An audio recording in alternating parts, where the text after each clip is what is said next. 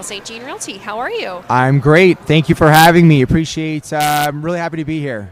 This is like such a fun day, but it also, really shows the caring sides of companies, and that's something that at Michael St. Jean Realty that we're seeing from you guys today. What have you brought us? Definitely bringing some food, bringing some money, and hopefully raising awareness around such an important cause this time of year.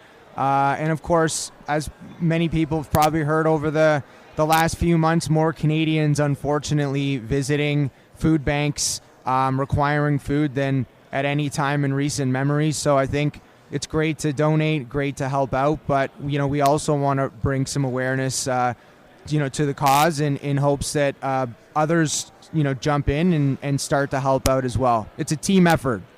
Definitely it is, and it's so important for people who can do, and we're seeing a lot of that today. Why did you guys want to get involved?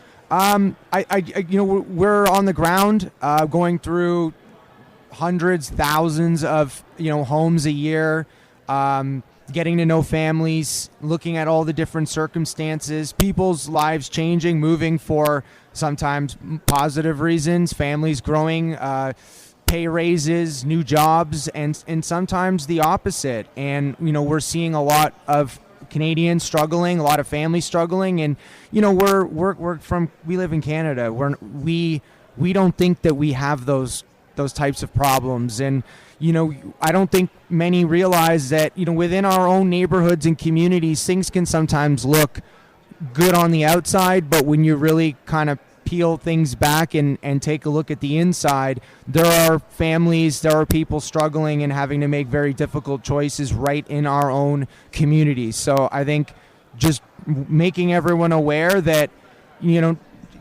help is needed, and not just this time of year. I mean, it's easy to get caught up into the end of the year or the holidays and of course help out, but it's something that's needed 12 months of the year, not just in December. That's a great point, Michael, because we have this day, of course, in December, and we love it because it really does, embody, I think, the holiday spirit. But one of the things you said you brought was money, and that's really important for these organizations because they can, use it in those other months when maybe we're not thinking about, like you said, those people that are always there. Even we get really busy in our own lives and we have our own little problems in our own world, so we just are blind sometimes to the things that the people who are very near to us could be going through. Definitely. I mean, it's easy to get caught up in life. Everyone's busy, everyone has their priorities. This time of year is great for highlighting the needs that are there throughout the whole year, not just in December. So I think what we're doing is it's just a small part of the overall effort, but if we can attract and bring awareness, to the cause and get everybody helping out, that's when the real difference starts to get made, I think.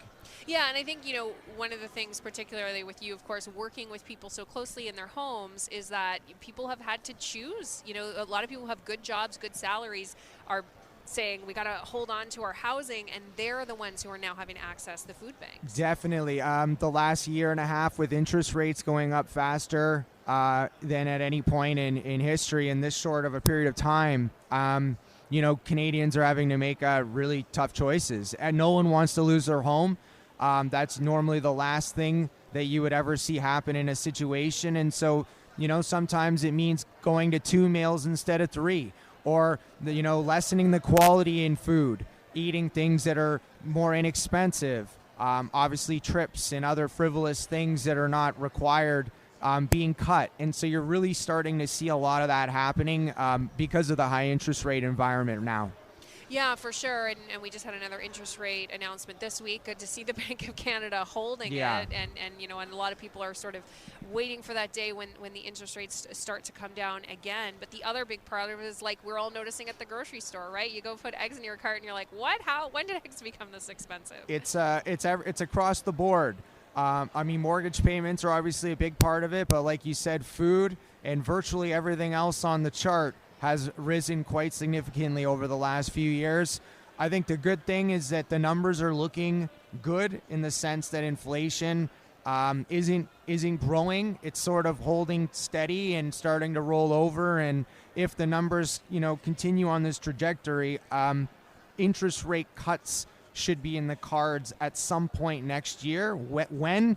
Only the Bank of Canada knows, and by how much. But the good thing is that we're likely at the end of the road as far as hikes, and now the conversation shifts to cuts, when and how much. Although I don't think that we're going to see them go back anywhere near the levels that we had experienced over the last few years.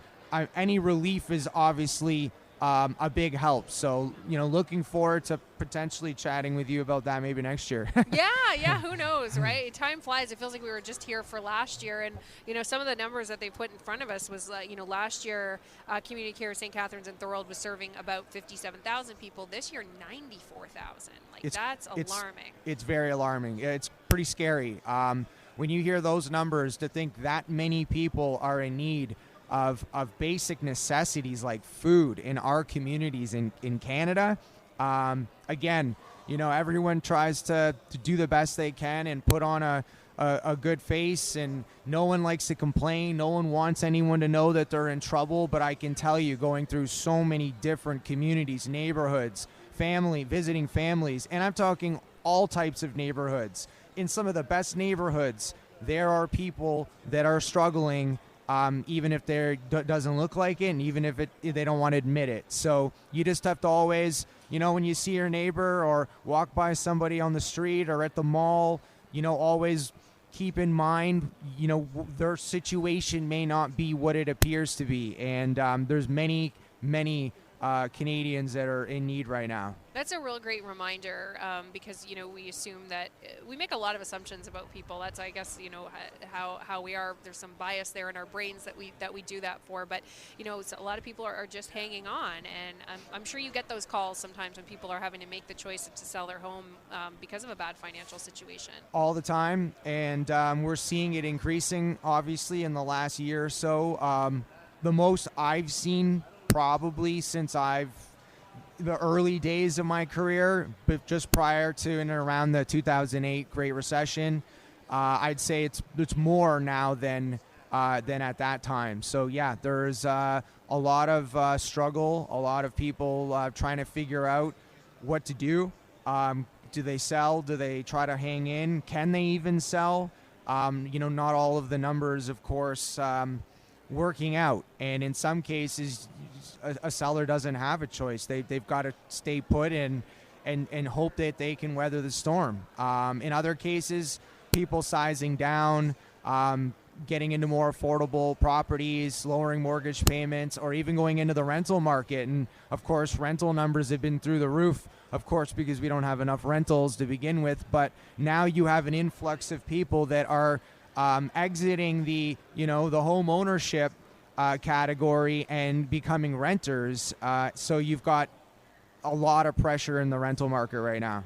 And are you guys able to advise, if they're having those kinds of problems? It feels like you have a real sympathetic ear if that's the situation. Yeah, I mean, this is a lot more than just putting a sign on the lawn. This is really getting in and getting to know families, their circumstances, their finances, their lives, and trying to help them formulate a plan that's going to try to tick off as many boxes as possible. And, these are not easy conversations, and none of this is straightforward in most cases. So you've really got to try to craft a scenario that works, and again, that sometimes works because someone's life is improving or because somebody's facing a lot of difficulties. So really just trying to map out the best plan for every family individually. It's a very customized approach.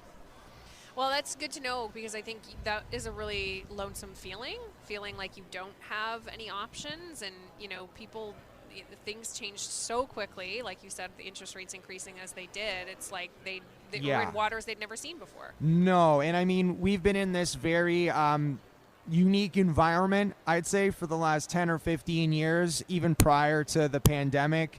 And Canadians have gotten used to very, very low interest rates, mortgages, very cheap money, which, after 15 years of a certain environment, when all of a sudden they pull the rug from under you, it can be quite a shock. And I think most of us are experiencing that now. Sometimes some for the first time. Obviously, if you'd owned a home in the 80s or, have been around a little bit longer, you've seen some of these situations play out. But for many homeowners, they've never they could never imagine a situation where all of a sudden they're waking up a year and a half down the road and their mortgage payments have doubled. Well, yeah, and I think, it's also because of the increase, like we had that big surge of an increase in the actual values of the homes, right? So you put that together with a few interest rate points. I know, all of our parents are talking about, well, in the 80s, the interest rates were 20%. We've been hearing that for a long time. Yeah, but your house was 40 grand, Mom, so yes. It's like... Yeah, exactly. And, Canadians jumped in, big shortage of housing, people believing that housing is a great investment over the long term, which it always proves to be. But you've got to be able to weather the short term. And sometimes you get these fluctuations or these situations that occur, and you got to make sure that you're prepared for the rainy day as well. And I think a lot of us haven't been thinking about the rainy day. It's been so long since we've seen rain in the housing market or with interest rates that you start to almost believe that it may never come. And I think that's what we've seen here. But yeah, buying at record price points, some buyers, not all obviously, over the last couple years, and then getting walloped by the the doubling of their monthly payment if they were in variables. So very difficult circumstances, and hopefully, the job market's holding up really well. Unemployment continues to be low, and wages are starting to increase. So if that holds steady, then I don't think we're going to see any, the worst is probably already at our doorstep. From here, it should improve. Well, let's hope so. We're talking to Michael St. Jean from Michael St. Jean Realty here at the Great Holiday Food Drive, our 19th annual, coming with a generous cash donation for Community Care of St. Catharines and Thorold, and also some food to donate as well today.